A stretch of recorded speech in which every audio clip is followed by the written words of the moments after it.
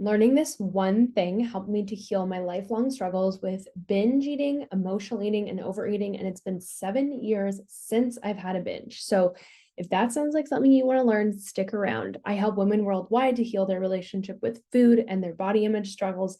And this is a very important piece of the puzzle. So let's dive in.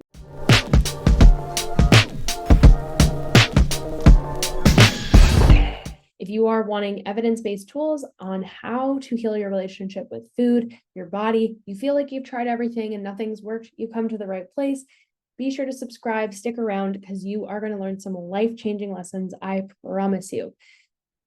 So first things first, we all have something called a nervous system. We also all have something called an autonomic nervous system. When our nervous system is dysregulated, that is exactly what can contribute to you having struggles with emotional eating, binge eating, overeating, etc. Emotional eating, binge eating, everything. And we don't learn this. So then we make the mistake of blaming ourselves, think it just has to do with willpower, a lack of willpower, a lack of motivation, and we drive ourselves further into the shame spiral. I'm going to show you something that is going to give you a better picture of what the nervous system is. So this is something that really demonstrates the three different systems that our nervous system can be in. So we have the social engagement system, the sympathetic, and we also have the freeze, also known as body collapse and immobility. Ideally, our nervous system can flip-flop between all three of these on a daily basis, but reliably bring itself back to what we call the social engagement state. This is where we feel safe. This is where we feel connected to the environment. This is where we can be in the present, grounded. This is where digestion happens. This is where we have intestinal mobility. We can rest and recuperate. We can, we have circulation to non-vital organs. We can connect with others. Very, very important. The reality is many of us experience nervous system dysregulation, which basically means that instead of your body being able to bring itself back to safety, it gets stuck here or it gets stuck over here. And when you get stuck in either one of these places, we experience a whole host of issues. You can see those issues over here, a little bit of an idea about them, and I'll describe them to you. So if you're, for example, stuck in the sympathetic, this is where you experience feelings of having chronic anxiety, chronic worry, rage, anger. This is where you are probably going to have issues with your digestion. You're going to experience high blood pressure, heart rate, high adrenaline levels, high levels of cortisol. This is where things like our metabolism get affected. Every single function in our body gets affected by getting stuck in the sympathetic. And if you're stuck in the dorsal vagal freeze, this is where your body actually goes into what we call an emergency state. This is where fuel storage and insulin activity is totally hindered. We have low blood pressure, low muscle tone. Our body goes into complete shutdown, and we have all kinds of other issues that are related to that. So why I'm explaining this to you is because if you have a dysregulated nervous system where you are getting stuck here or you're getting stuck here, this also contributes directly to our relationship with food and why we have patterns like binge, emotional eating, overeating, etc. So we will talk more about that. Now that you have a picture of the nervous system, we can follow along together.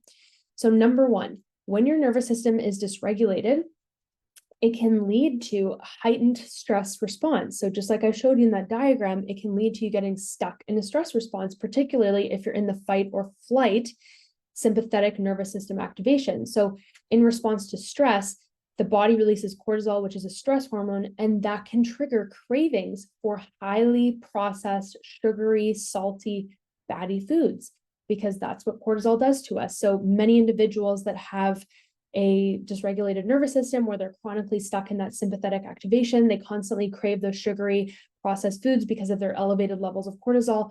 And then they turn to those foods to manage and cope with their emotions as a way of coping with stress as well. So that is one way that a dysregulated nervous system contributes to our relationship to binge, emotional eating, overeating. Let's go to number two. So we have the stress response. Now we're going to talk about emotional dysregulation.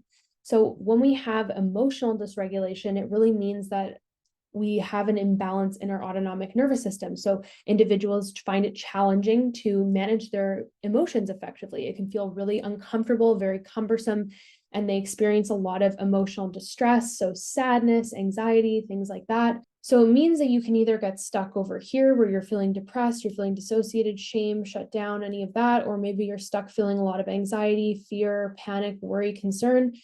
So that is your emotional experience. And because your nervous system is dysregulated in that way, you likely aren't, if you don't have the right tools to support yourself to regulate your nervous system and heal those emotions, you're going to use things like food to soothe those upsetting emotions and to bring yourself into feeling safe. On the one hand, it's a very positive thing that you actually have a strategy to support yourself to feel safe. But obviously, we know that that tool of using food to support yourself to feel safe is not working for you, which is why you are wanting to heal that pattern. It's also why it feels very difficult to heal that pattern, because this is the only thing that's really helping your body to feel safe. If you actually learn strategies to feel safe and to get out of here that don't involve food, and we turn to other mechanisms, then we can have a really big impact on your body being willing to release that pattern. So that's emotional regulation. Let's talk about number 3. So when you have a dysregulated nervous system, this also really affects our appetite, and it also affects our hunger.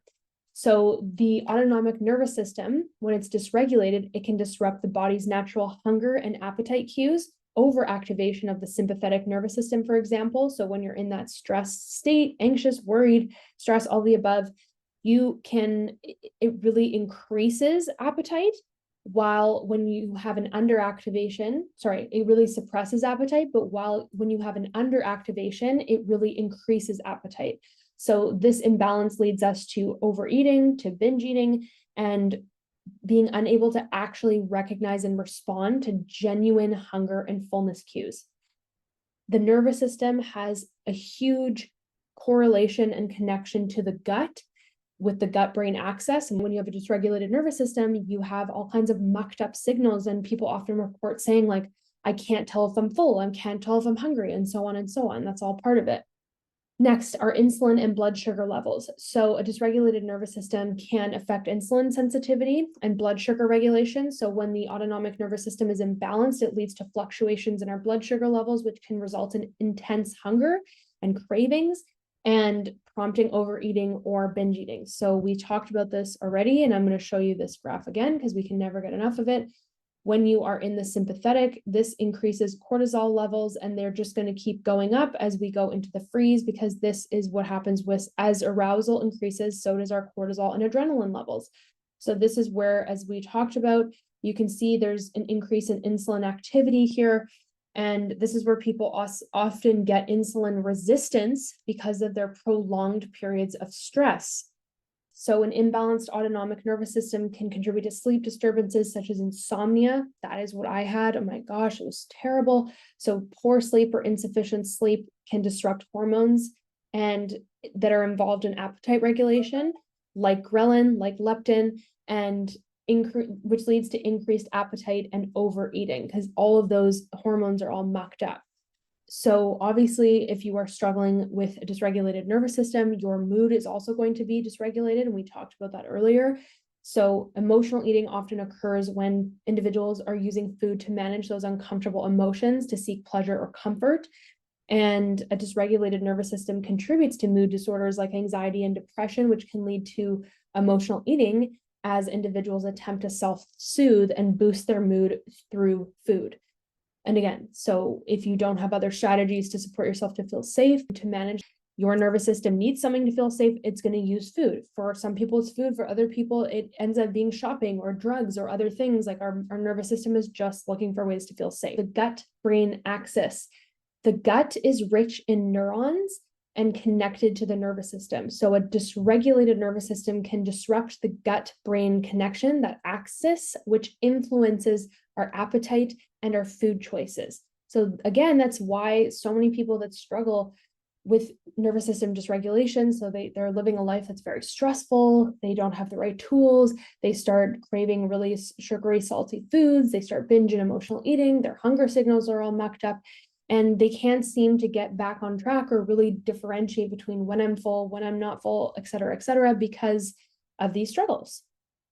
Finally, the dopamine release. So highly palatable, calorie-dense foods trigger the release of dopamine. So candies, sugars, anything that's highly processed, high carbohydrate, anything like that is going to trigger the release of dopamine and in the brain, which causes a pleasurable sensation. And that's why so many food companies in the industry have this ratio where they want to have the perfect amount of sugary and saltiness in their ingredients so that you become addicted to it because of the dopamine release. So a dysregulated nervous system can lead individuals to seek these foods as a way to boost their mood and reward themselves, as opposed to other tools to reward themselves and to feel good.